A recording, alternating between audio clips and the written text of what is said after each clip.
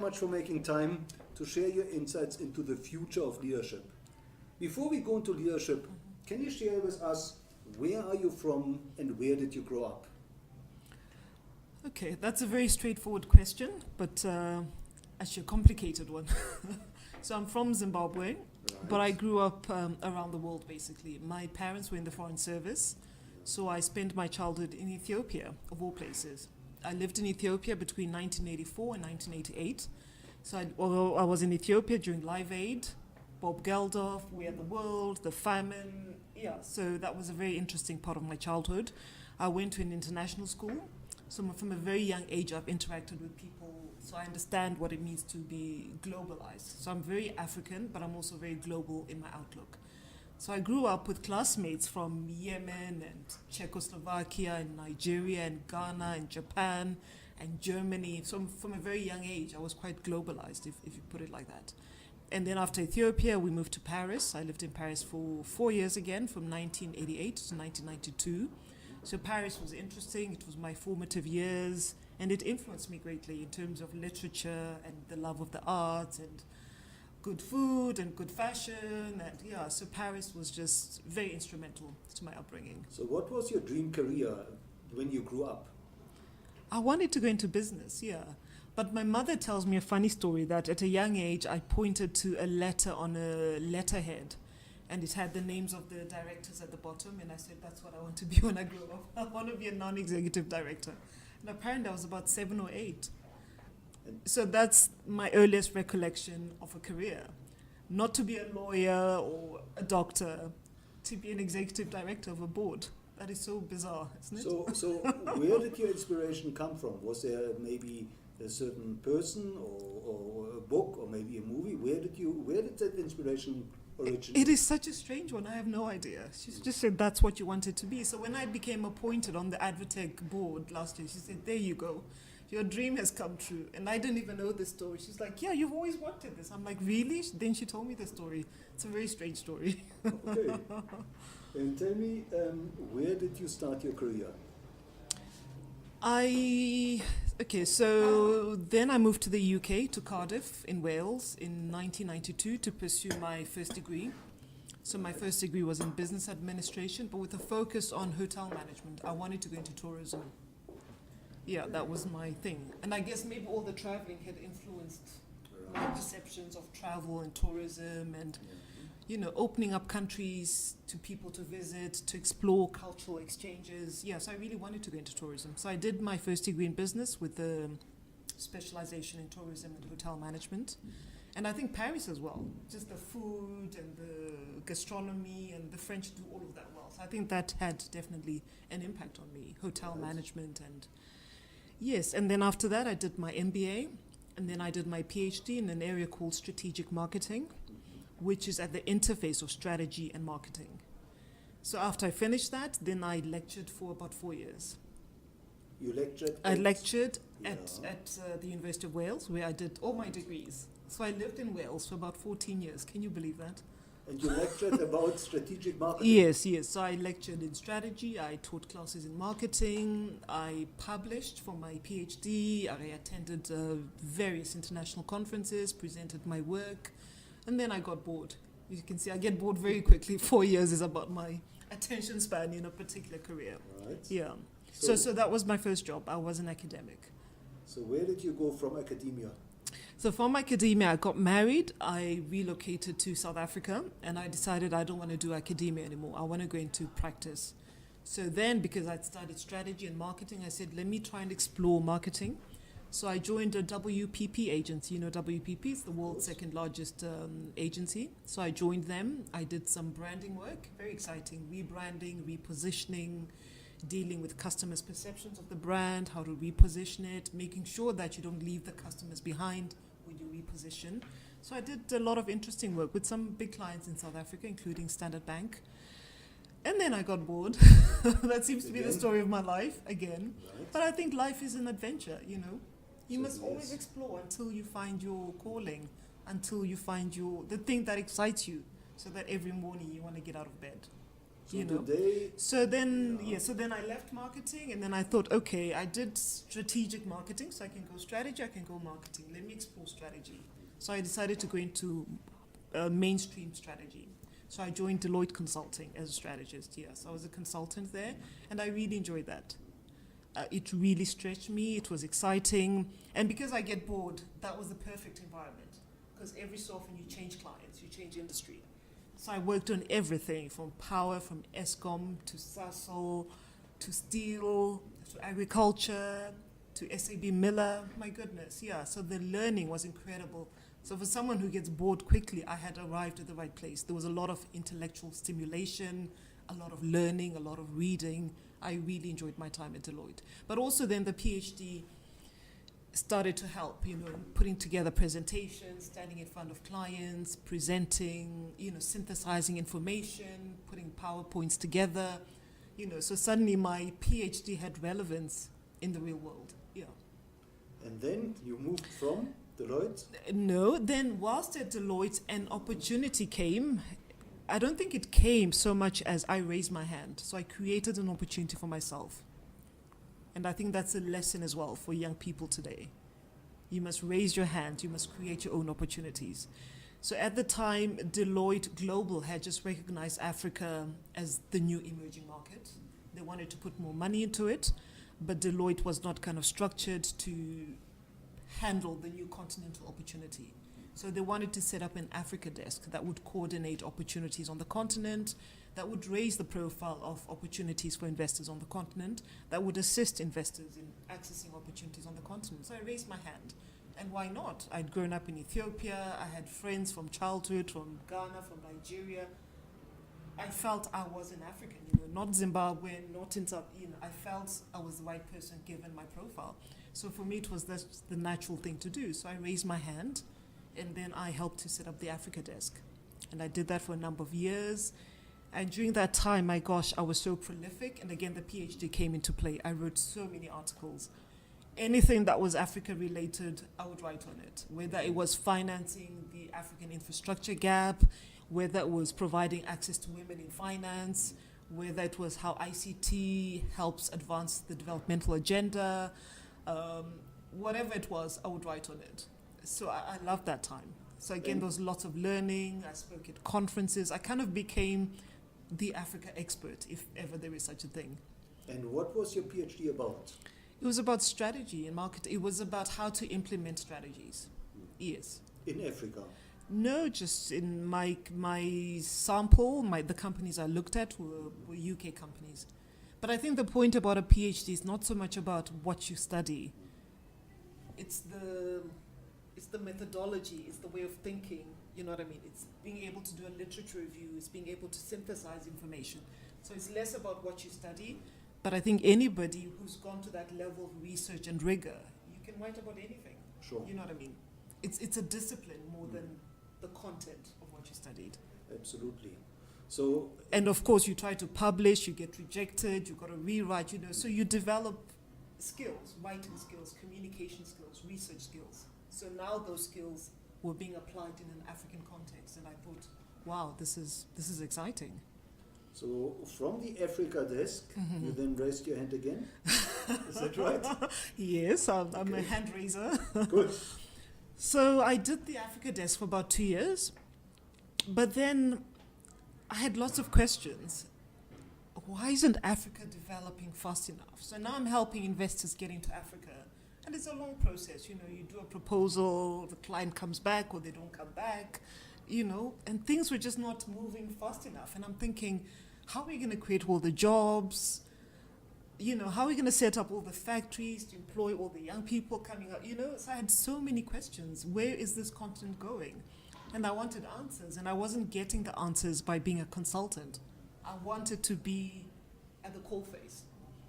So then I saw an opportunity at the Industrial Development Corporation of South Africa, the IDC. It is the largest DFI on the continent, the largest development finance institute, and I thought there's no better place for me to go to get my answers. So it was a strategy role, senior strategist, but the context was different now. It was a DFI, So I think that the thread in my career has been I've always been in strategy, but in different contexts. Okay. So I started in strategy, but in academia. I took strategy to the marketing agency because there's a lot of strategy when you rebrand, when you reposition. Then I took that to Deloitte in a pure strategy consulting role. Then I took it into the Africa role. Now I wanted to take my strategy context into a DFI. So it's almost like a ladder. It's like a ladder, yeah. The core skills, but you can apply your skills in any context. Right. So I went to the IDC, I wanted answers. Why is Africa not industrializing? And I got my answer in 2 weeks. So what was your answer? Policy, policy, policy. I sound like a politician now, don't I? No, not exactly. No, but it's just policy, hey? The lack of policy. Yes, rather. No, not just the lack of policy consistency.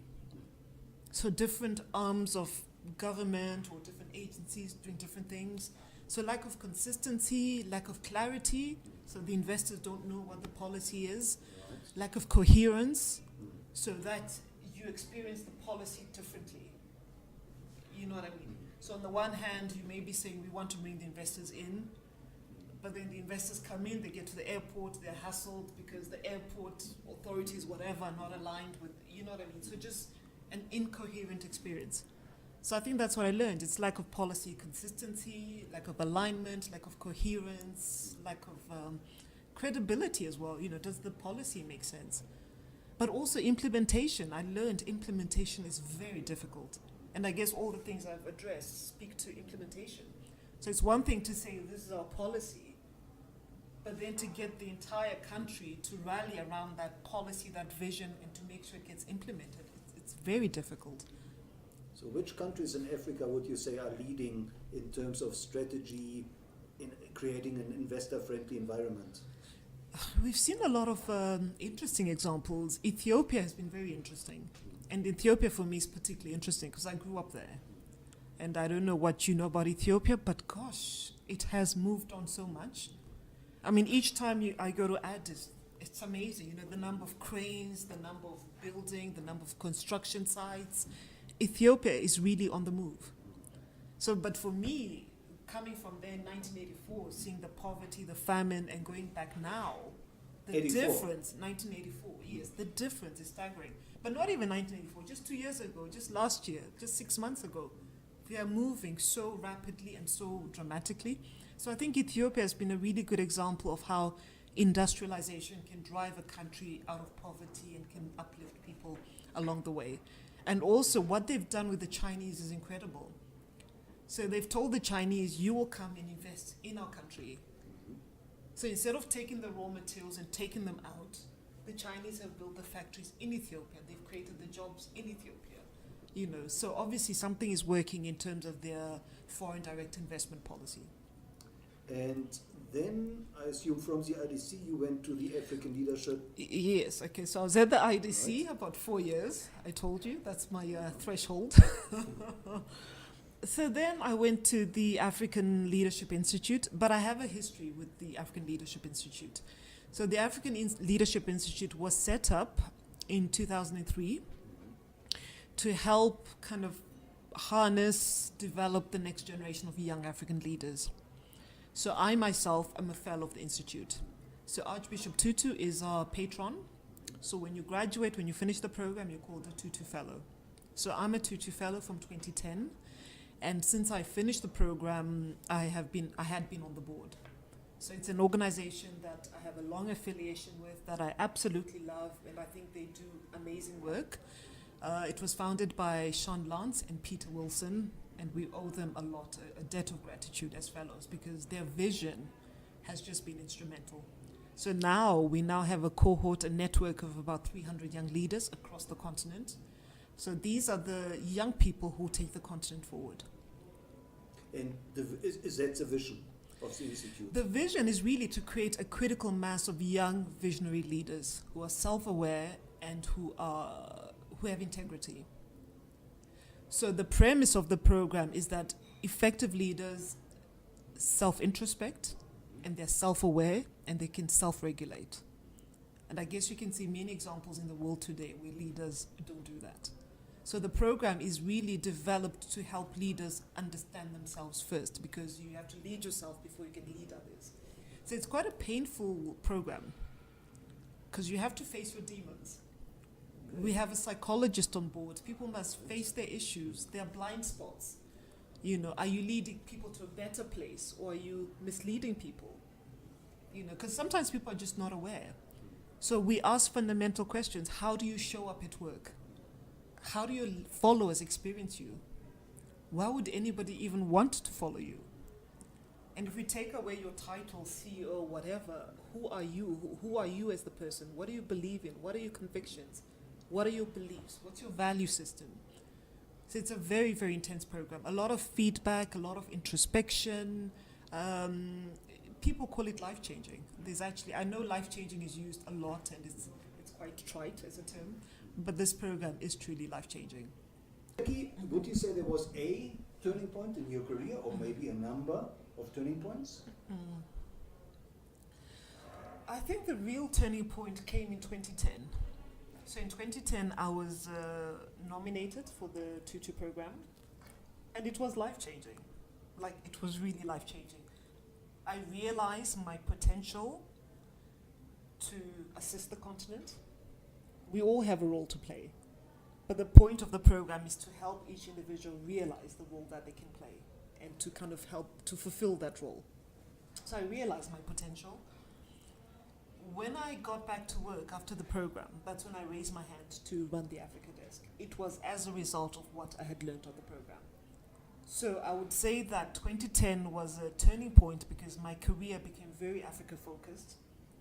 So not only, I didn't just want to be in strategy, I wanted to be in strategy, but in a way that advances the continent's development agenda. So for me, that was a big turning point, yes. In a way, you looked at yourself differently. Very much so. And I said, I'm an agent, I can help change this continent, I can do something, I can use my skills, but I can change my context, my work context, in order to make a bigger contribution. Yeah. So, Jackie, what is driving you today? I want to see a better Africa. And I know that sounds really trite, but I really want to see a better Africa. I mean, the state of the continent, it's a shame. I really want to see a better Africa. And I know we keep saying, is Africa rising? Is it not rising? But what drives me to see an Africa that has unequivocally risen? So we're not debating whether it's rising or not, and, you know, I just want to see development, and it's possible. You hear the Singapore story, you see the Ethiopian story, Rwanda, it is possible, yeah. Would you say Africa can lead the world going forward? It can, but we're going to have to put a number of things straight. We're going to have to correct a number of things. First of all, we need a new leadership. We need younger leadership. I mean, on a continent that is disproportionately young, it makes no sense that we are run by the people who run us. You know, the African Union is dominated by people twice our age. You know, it just makes no sense. So I'd like to see more young people being given a voice and being given a seat at the table, because these young people, they're the ones who are coming up with solutions. Because a lot of solutions now are technology-based, you know what I mean? So if these young people are coming up with the solutions, why are they not being given a seat at the table? We need to co-craft, we need to co-create the Africa we want. We can't leave that to half the population. We need more women on board, we need more young people on board, we need all hands on deck. Because the African developmental challenge is huge. It's a big challenge, eh? And it can't be left to a few old men to solve it, yes. So, looking at the future of leadership, Jackie, what does the future of leadership mean to you? Maybe not so much what it means to me, but maybe what I'd like to see. So I'd like to see leadership that is more engaged, less hierarchical, more engaged. Because I don't know how we purport to lead people, but we don't listen to the people. It's like such an irony, it's such a contradiction. So I'd like leadership that is more engaged, that speaks to the people, that doesn't speak down, but more bottom up, that listens.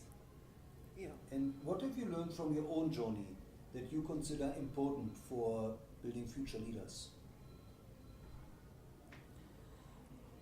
I've learned that leadership, and I think this was a key takeaway from the tutor program, leadership is not necessarily a hierarchy. It's somebody sitting at the center of a circle facilitating conversations. So you're almost all on a level, but you are the orchestrator, you're the middle, and you're facilitating conversations with different people, different stakeholders. So it's a circular concept. I think so, yes. It's circular, I think it's flat, yeah. And what would you advise aspiring leaders they should focus on to build a future-proof career, if that is possible? I think it's all about people. It's relationships. It's relationships, it's networks, and I think more so now than ever. It's engaging, whether it's stakeholders, whether it's with your employers, employees, team. Yeah, it's really about stakeholder engagement. And there's a really great article in Harvard Business Review, I think June 2012. It's called Leadership is a Conversation. That's one of the best leadership articles I've ever read. Leadership is indeed a conversation.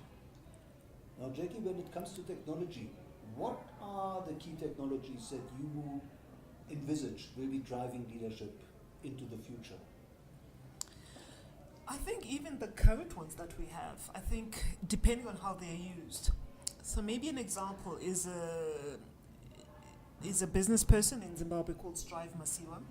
He's just bought Neotel, Liquid Telecom. He's also Econet. Yeah, so he's a big business person, but it's really fascinating how he's using technology to connect and to mentor. So on his Facebook page, I don't know, he's probably got over 2 million people. Yeah, but every week he'll post a story and then people will respond. He'll share his experiences, what he's learned, the mistakes he's made. He gives advice, people respond, and he answers back. And it's so lovely to see Facebook just being used in such a meaningful way. So through that platform, he's mentoring so many young people, even old people, across the continent, across the world. Last week he had a town hall in Tanzania, which was live streamed. So from a town hall of maybe 500 people, he was able to affect the entire continent. And he finds time to do these things. So it's just so wonderful to see how a millionaire would have time to sit down, to respond to Facebook, to post, to share. Yes, I think it's such a meaningful way in which to use technology to impact the next generation. And when it comes to social media, which platform or platforms do you advise your students to use, to focus on, to master? I think they can use any of them. I think each platform has a specific use. Each one has got its pros and cons, advantages, disadvantages. So I think it just depends where your following is. But I think regardless of the platform that you use, it's important how you use it. I think more recently with the Trump example, we've learned that there's a responsibility that comes with using social media platforms. And I've always believed that. And I think 3 times, 4 times, 5 times before I tweet anything. So it should be deliberate. And then I correct it, and then I'm like, oh, but this word doesn't sound right, and then I change it, and I've always been like that, because, once it's gone out, it's gone out. That's your reputation as well. So there needs to be a responsibility that comes. So would you say the use of social media for future leaders should be deliberate? Absolutely. And because once the tweet goes out, that's you, that's your brand association. Yes, it's got to be deliberate, especially when you're impacting so many people.